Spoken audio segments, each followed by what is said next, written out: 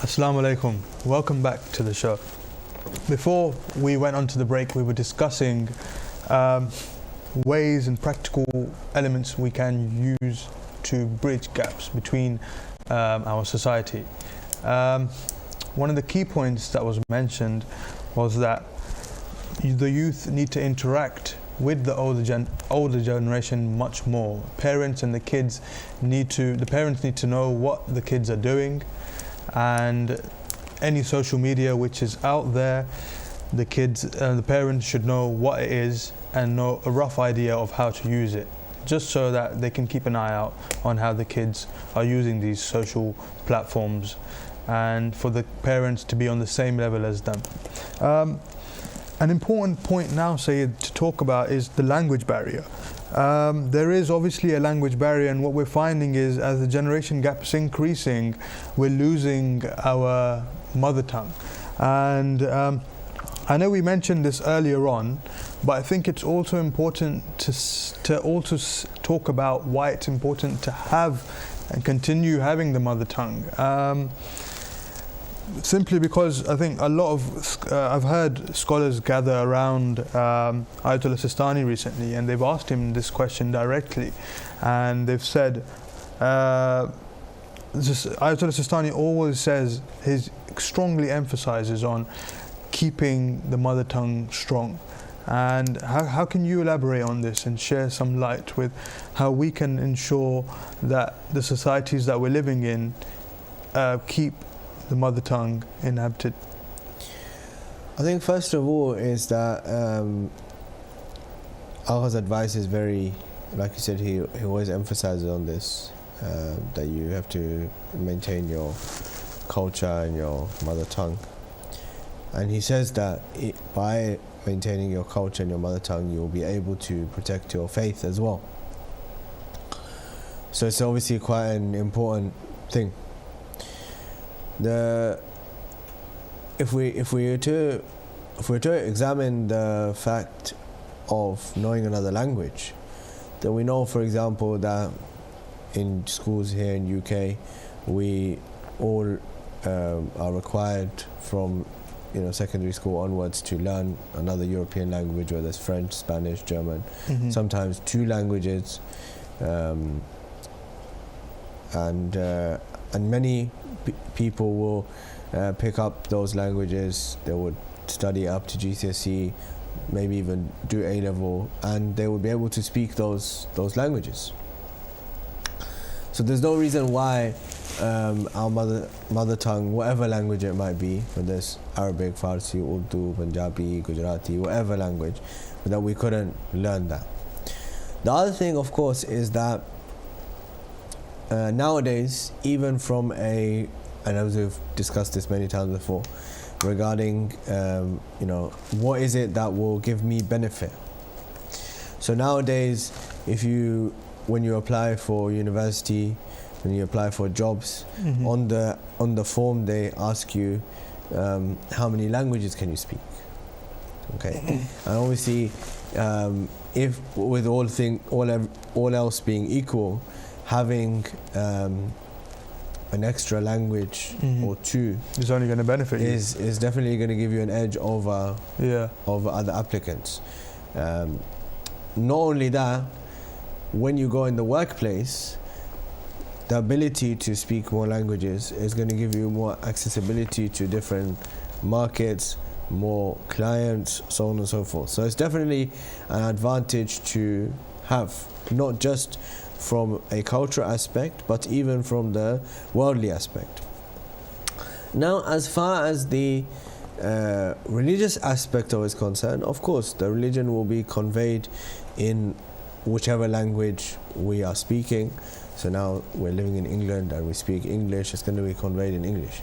However, there is no doubt that there are certain words and certain concepts and certain things which are used within the religion which are very difficult. I wouldn't say impossible, but definitely very, very difficult to explain in English, because culturally there's no words that exist to define that particular word. There's no concept of that existing within the society. Therefore, to explain it is more difficult and sometimes very difficult.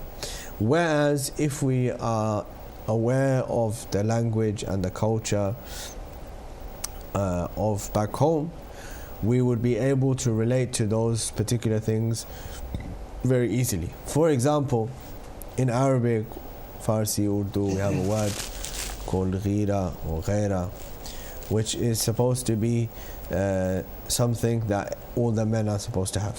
Okay, and when we speak about it in those cultures, it's something that is very high, say form of honor, which is very, very high and valuable, and that it would be violated if a person, for example, was forced to have his wife or his mother or any member of his members of his family be their hijab be violated, or so on and so forth.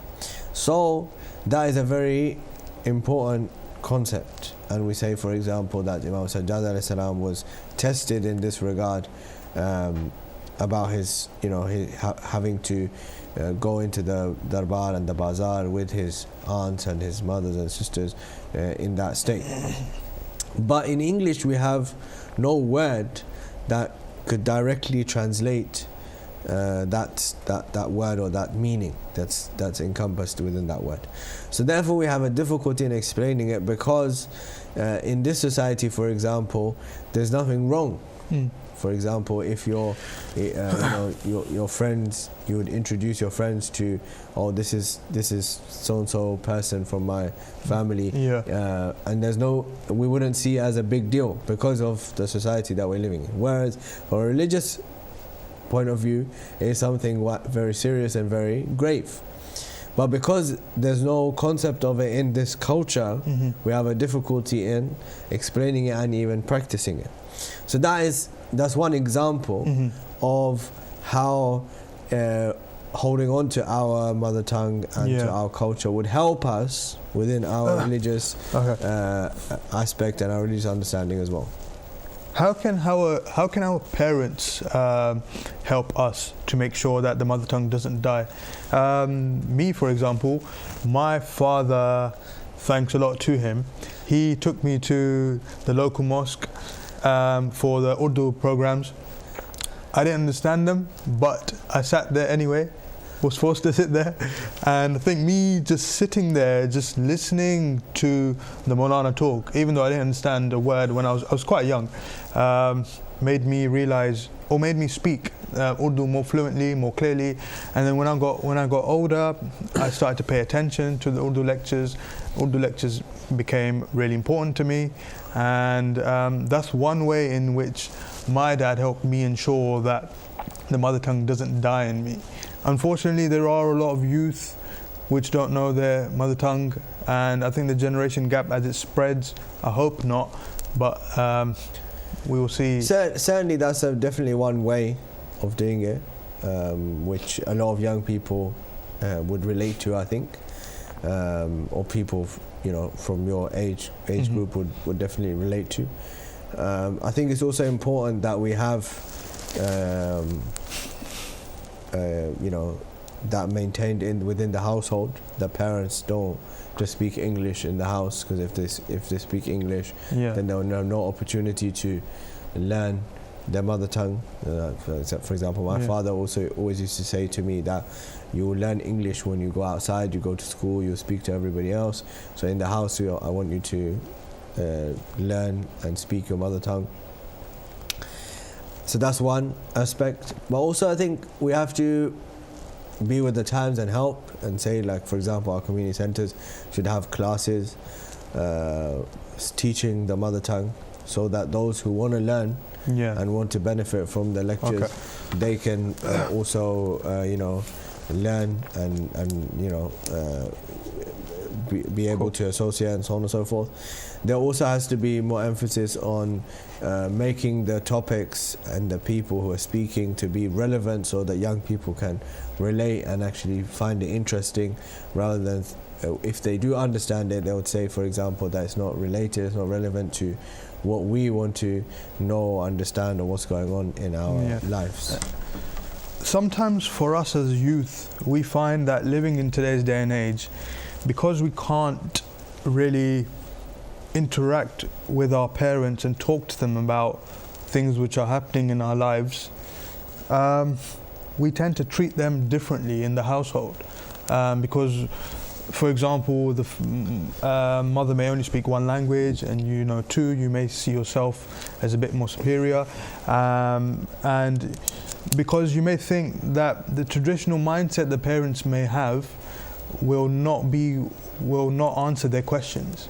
That goes on to say, how do we advise our youth, regardless of the generation gap being there or not, to ensure that there's respect between them and their parents? I think it's a very crucial, very crucial topic, and a very crucial point. Irrespective of how much a person gets educated, irrespective of how much a person becomes, more economically stable, dependent, superior, so on and so forth, there's no concept, as far as Islam is concerned, of thinking that they could be better than their parents. Why? For example, even to the extent that the story is,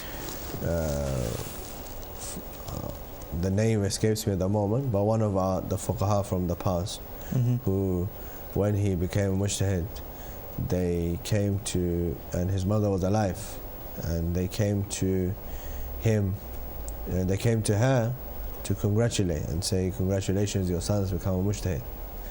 So she said, don't come to me and say congratulations that your son became a mujtahid. Go to him and say congratulations that you had a mother like me who gave you the capability to become mujtahid. Okay, and when they came to him, and he said, yes, she's right, that if it wasn't for her, and if it wasn't for her prayers, then I could never have become mujtahid.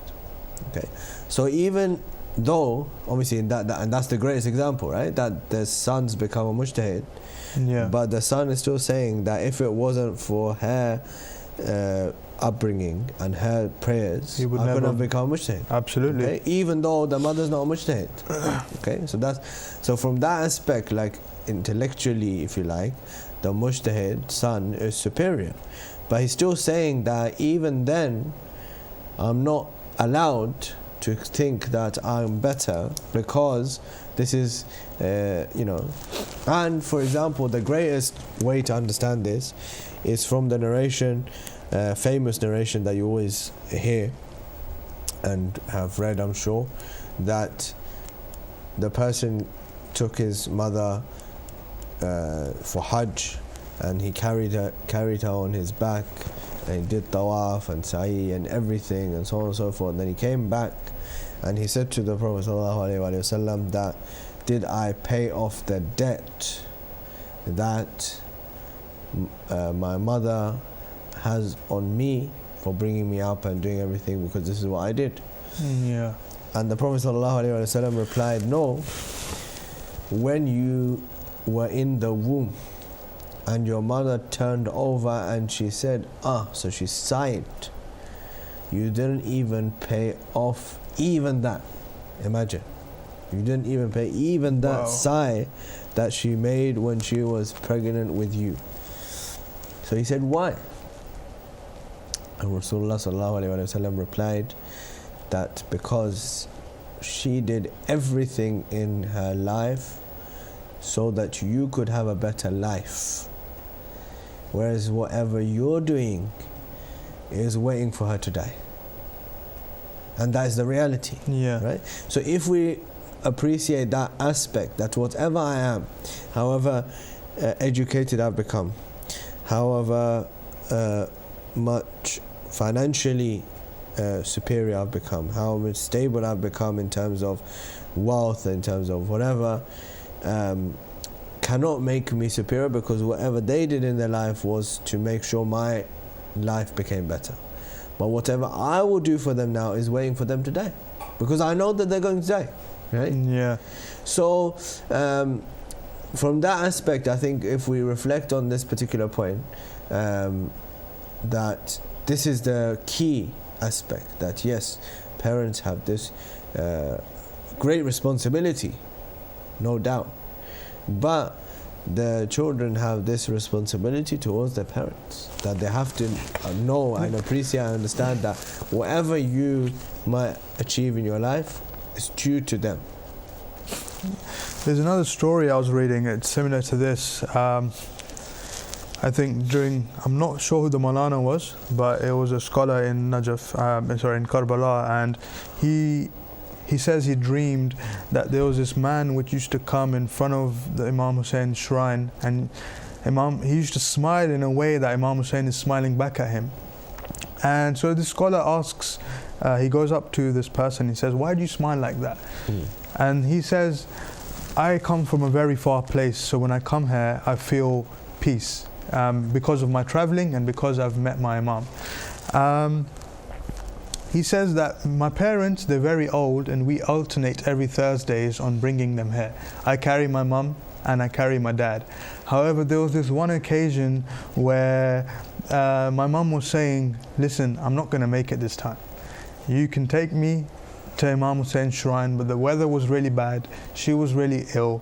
And Alhamdulillah, he managed to take her with all might. And when he got there, because of the love he had for his mother, Imam Hussein actually came out and smiled at him. And Maulana narrates this in his dream, and it just emphasizes on the importance we should have to our parents. Absolutely.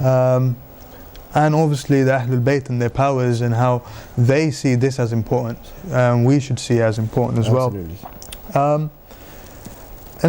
Back to contemporary issues. After marriage, we find that we make more importance to our wives than our mothers. This can happen, and I think we should reflect back on why the mother is more important to the wives. Wouldn't you agree? It's a very sensitive area, as you know, but I think it's very important to know, and it's very important for the person who the guy in between who gets stuck between these two people, to be very clear about his responsibilities to both of them, because he has responsibilities towards both of them. Right? He has responsibilities towards his parents, and he has responsibilities towards his wife, and he has to make sure that he is able to balance those responsibilities. Okay? Yes, his primary responsibility is towards his parents, without a shadow of doubt. There's a hadith of the Holy Prophet of Islam about this, emphasizing this particular point, that the primary responsibility of the man is towards his parents, even after he's married. His primary responsibility is towards his parents. If his parents are in a situation where they cannot earn for themselves, he has to provide for them, primarily.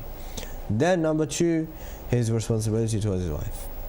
Yes, sometimes, and this is a common issue within our communities, that sometimes the mother-in-law interfere too much in the within the relationship between the husband and the wife, and that creates issues. Yeah. Okay. Yes, the husband has responsibility towards his parents, but at the same time, the parents have to make sure they don't interfere into their personal relationship in telling the daughter-in-law what to do, what not to do, so on and so forth. No, that responsibility is not theirs. That responsibility is the husband's. The husband has to make sure that he fulfills his responsibility and nobody else interferes within that responsibility. Yes, the husband has a responsibility to take care of his parents, to honor his parents, to love his parents, so on and so forth. But at the same time, the parents have to make sure that they don't interfere within their relationship, within the thing is, issues. how do we tell the parents, how do we practically tell them? So with this, in this regard, it does feel very difficult. Sometimes it is very difficult. It becomes very awkward. In this regard, it's very important, I feel. MashaAllah, this has happened in London for many years. That there is a marriage course for people who are about to get married, people have been married for a few years, to tell them about their rights and responsibilities. Okay, and that's very important that those people who go on, go to those courses and they educate, and even there should be courses for the parents as well. That you have to make sure that when the person is getting married, how to deal with other people. Why? Because this person who's become the wife has come from her own family, and she left everything to come to be in this family. So you have to be welcoming. You have to make sure that this person does not feel that they are alone by themselves, that this is some kind of battleground. No. Mm-hmm. At the same time, yes, that person who's come into this family has to show love, respect, honor, so on and so forth, love their parents in the way that they love their own parents. They should honor their husband's parents in the way that they love their own parents. Okay? But at the same time, so there has to be balance. This is what I'm saying, it's a sensitive area, because there has to be balance. There has to be love, honor, respect from both sides. And there has to be, make sure the clear lines defined, that this area between husband and wife, they have to deal with their own issues, and nobody else should get involved in those in that relationship. When it comes to generally living in the house and so on and so forth, how to deal with that? Yes, in that scenario, the husband has to honor the parents, he has to prioritize the parents, and also whilst at the same time also providing for the wife, providing for the relationship. Okay, finally, with regards to marriage, so basically, what was I going to mention?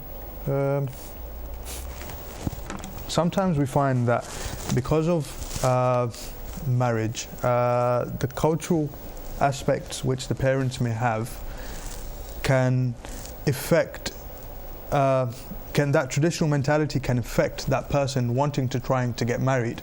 For example, there is still this stigma of a Sayyid only marrying a Sayyid, and we to only be sticking to our ethnic minority that we are, for example, a Pakistani only being married to a Pakistani.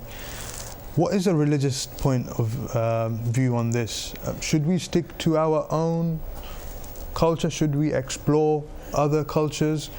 If we look at the lives of Aimma alayhi salam, we find that from Imam Hussain alayhi salam all the way up to our 11th Imam alayhi salam, at least one of their spouses were people who were from a different culture. Okay, so that is a indication because we know that the lives of Aimma alayhi salam are our role models. So we know that, for example, Aimma alayhi salam married outside of their culture in order to make this point, that it is important to not stick to one culture and to explore.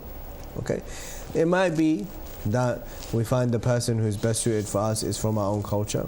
Yes, there's many things within one person's culture which they understand. You don't need to say it, and if you go outside your culture, there might be different issues that might arise as a result of that, which is fine. But Imams alayhi salam, by marrying outside the culture, showed that this is something that's important, that Aimma alayhi salam married outside the culture. So it's not something that it should be ignored or should be said. Or if, for example, somebody wants to marry outside their culture, you say to them that no, you can't marry outside your culture, you have to marry within your culture, and you have to marry this particular person or this from this particular place. When Imams alayhi salam married outside their culture from different countries, different races, different backgrounds. Okay, thank you so much, Sayyid. Now to conclude, we've discussed today aspects on how we can bridge these gaps within our communities, how we can deal with them if we're married, and also the relationship between our parents and us is very important. We need to respect them, and for parents to keep an eye out on their children. They should also make sure that the social media which is occurring today, for them to be a part of that just like the kids are as well. And inshallah, I hope this has benefited us all. It has benefited me, myself. So thank you for joining us, and take care and enjoy. Please tune in next week for another show on the best of both worlds. Khudafis.